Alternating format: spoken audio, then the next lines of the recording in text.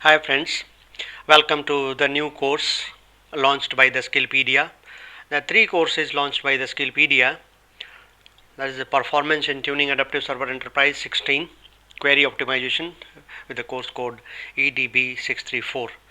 Second is Performance in Tuning Configuring Adaptive Server Enterprise 15.7 EDB553, that is Configuring Adaptive Server, focusing on Adaptive Server. Troubleshooting advanced troubleshooting adaptive server data structures, which is very high advanced course, EDB557. So with these three courses now, from the DBA perspective, you don't need anything else. These are the three courses. Of course, these are in addition to our existing course with the name the Sybase Adaptive Server Enterprise DBA training, and that is SAP ASE DBA, which is formerly known as Sybase. Other than the additional courses which you can see from this here, this is a complete course, Sybase DBA, Sybase ASE DBA course. So this is session 2, query processing and execution. My name is Ram. Agenda of the session is client and server relationship,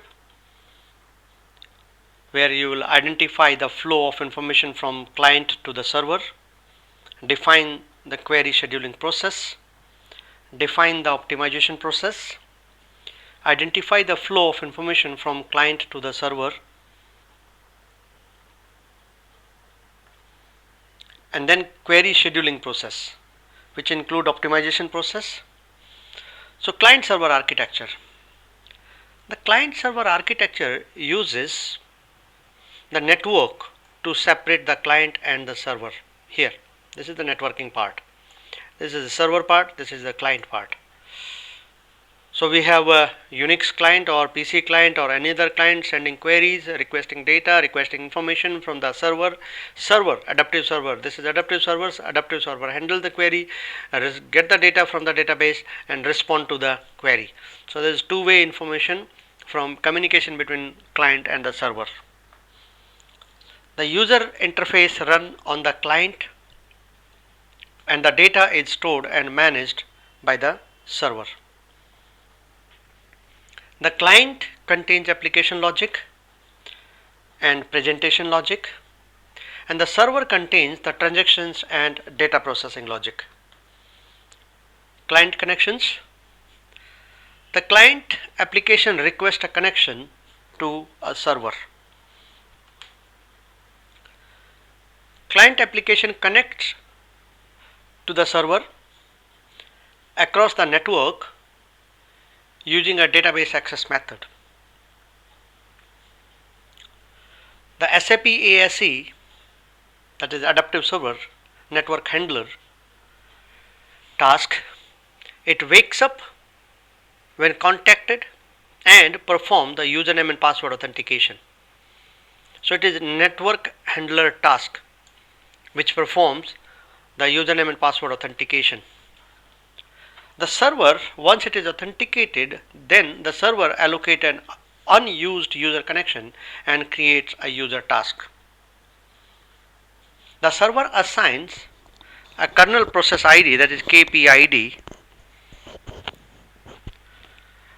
and a server process ID, that is spid, for the user task and places it on the sleep queue.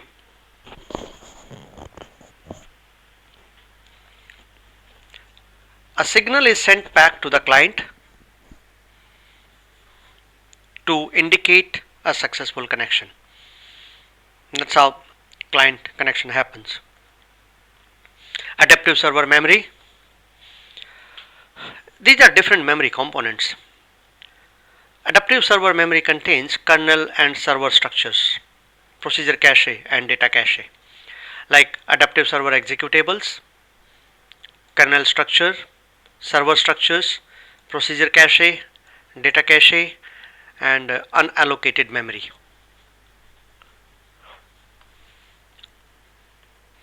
Memory structures. Kernel and server structures. Memory for adaptive server resources such as logins, open databases, locks, and open objects. Procedure cache consists of memory for query processing, optimization, and execution. Data cache consists of memory to hold the data pages used by queries. Information flow from client to the server. We have few important points here. What is the server criteria and what is the client criteria? So let's talk about the server criteria. The client contacts the server when it needs data retrieved by the server, data to be modified by the server, and when it needs the execution of a stored procedure.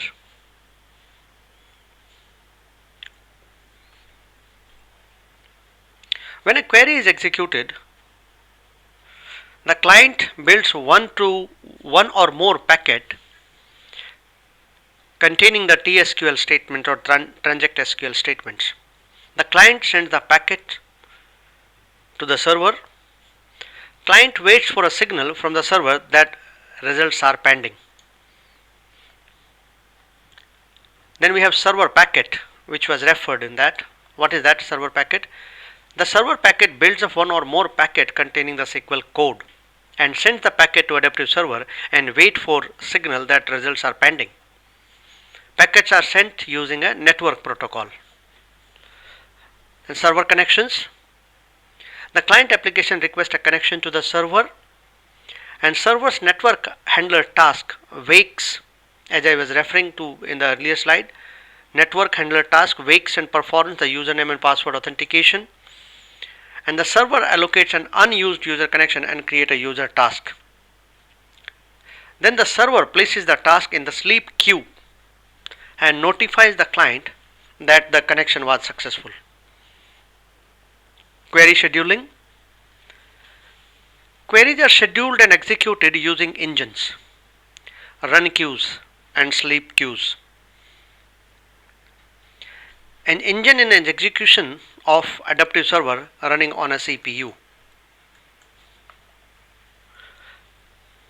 A run queue is an adaptive server memory structure that holds tasks waiting to run. A sleep queue is an adaptive server memory structure that holds tasks that are blocked from running. So this is the time slice. Every engine will get a time slice, and there are queues maintained by the engine. 3 different type of queues are maintained, and this engine is giving every waiting task as time slice. So concept needs to be understood carefully. Engines and time slices. An engine is an execution of adaptive server running on a CPU. So this is our engine, and this can handle one task at a time. This is one time slice or one task running. So a time slice is the amount of time a task is allowed to run. So you can say this is a time slice and this is the amount of time a task is allowed to run. So running task in the time slice, this is another time slice, this is another time slice. So all these, this one particular running queue where the tasks are waiting for their turn on an engine before voluntarily yielding the engine to another task. When the adaptive server receives a query, the task is placed in the run queue. An engine then grants the task a time slice. When the time slice is complete, the task goes back into the run queue. This process continues until the task is complete. The task is then placed in the sleep queue. If the task is blocked at any time, it is placed in the sleep queue until the block is removed. Basic adaptive server multitasking, that is SAP ASE multitasking. As I was talking about, we have engine and we have different situations or different tasks. So adaptive storage is designed to support multiple tasks. For example, this is run queue, this is sleep queue. As I said, there are different type of queues. This is runnable. Means these tasks are allowed to run and waiting for their turn. This is sleep queue, where the tasks are sent by the engine to the sleep mode, or they are blocked for the temporarily. So this engine is running task number 2 at this point in time. So this is how we represent the engine, and this is how the different queues are maintained. Task status, different task status we have. One is sleeping, means it is in the sleep queue. Runnable means in the run queue waiting for execution. Running means currently being executed. So these tasks, if you look at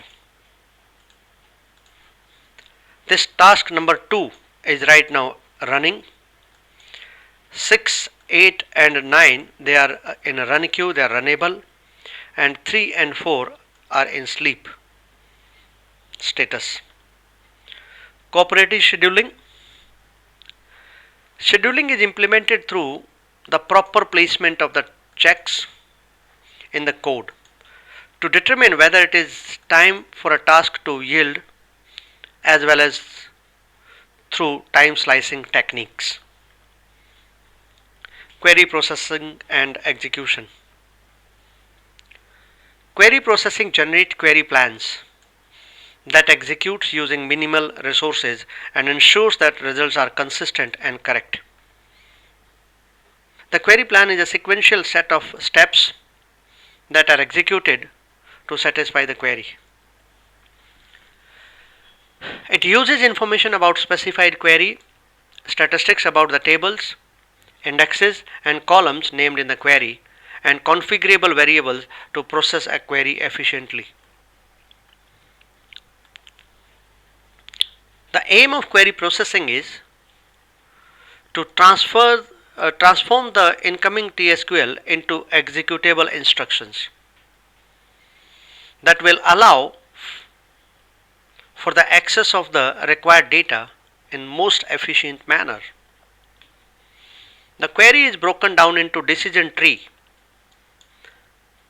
from the optimizer, decision tree form for the optimizer to identify the cost of execution. Different forms of the query tree that are passed from each phase to the next become the query plan, ending at the execution engine. Phases of query processing. Basically, there are 3 phases, major if you talk about. Parse phase, this is parsing, which results into parse tree. Then optimization phase, this is optimize phase. So in parse tree you get normalized tree, pre-processing, LOP tree. So we get this. After that we get into optimize, where we get the query plan, and then third phase is execution phase, which send the results into results buffer. These are the phases of query processing. Now the parse phase example, it translates the query into a form that can be optimized and include a parse step, the normalized step and the pre-processing step. So what is parse step? The parse step checks the TSQL syntax. It translates the SQL into parse tree based on the language rules, and it outputs of this step is the parse tree. Then normalized step. The normalized step changes object names to object IDs. It builds a tree based on a standard. The output of this step is the normalized tree. It rearranges the and or in the tree based on the processing rules, and it resolves the data types. Then the pre-processing step. The pre-processing step merges the view definition with the rest of the query tree. It translates subqueries, applied enhancements, and rearrange aggregate in the tree. The creation of logical operators or LOPs describe the overall query to the optimizer. The output of this step is LOP tree. Phases of query processing. Optimization phase. The optimization phase finds the cheapest query plan based on the number of logical and physical IOs and the number of CPU operations. It selects the cheapest alternative, compiles it, and sends it to the execution engine. Optimization consists of two steps: the prep phase and the search engine. The prep phase examines queries for the optimizable clauses, and the search engine phase costs all possible plans using statistics and heuristics. The next third phase, the last phase, is execution phase. When a query plan is created by the optimizer, it can be executed by one of the engines. Simple SQL statements like declare, if, and while are executed by the procedural execution engine. DDL commands like create table, create index are executed by utility modules, and queries like select, insert, update, and delete, or cursor statements like open, close, and fetch are executed by the query execution engine. The query execution engine is based on the Volcano model, which is an upside down tree of operations. The execution phase, leaf nodes act as the source of the data. The data flows upward like a volcano, as I said, through operators that perform one modification on the data stream and erupts out of the top of the tree. All data manipulation and transaction processing operations are implemented by the operators in this lava tree. The last in the option is result handling. The query results set is returned to the client program. The client receives notification that the results are ready. It then opens the results and reads the information about the results. Remember, we are setting the stage for our complete program query processing. These are very basic things. The first session and the second session, comprehensive sessions about each of these are coming up, and if you want to learn the entire system of query processing, if you want to go for the entire course, you have to subscribe to the skillpedia.com. It's a very nominal fee compared to the official fee offered by other institutions and programs. It's definitely you'll get access to all my recordings. The YouTube does not have all the recordings, only selected recordings are available, selected demos are available on YouTube. The comprehensive program along with the ready scripts, sample scripts, programs, procedures, and use cases, along with the lab assignments, as I said, complete hands-on oriented contents are available at the website theskillpedia, www.theskillpedia.com. So you must join that website if you want to go for the complete course. Here you will not get only a sample or a small portion of the course, maybe 5-7 lectures and 2-3 labs. There are around 16 lectures and multiple labs. 16 you can say sections, not lectures. Lectures will be more, but 16 major topics are covered in this program. This is second topic only.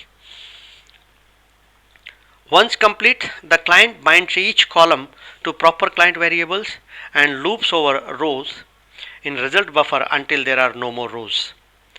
So quiz, I leave it to you. What are the 4 major components of ASE memory? Choose the correct answers. Kernel structure, data structure, procedure cache, data cache. If you are watching, if you are listening carefully, I am sure you will find out one is invalid and rest 4 are valid. So which one is invalid, you have to find out. identify 2 steps detailed in the optimization process. Thank you very much.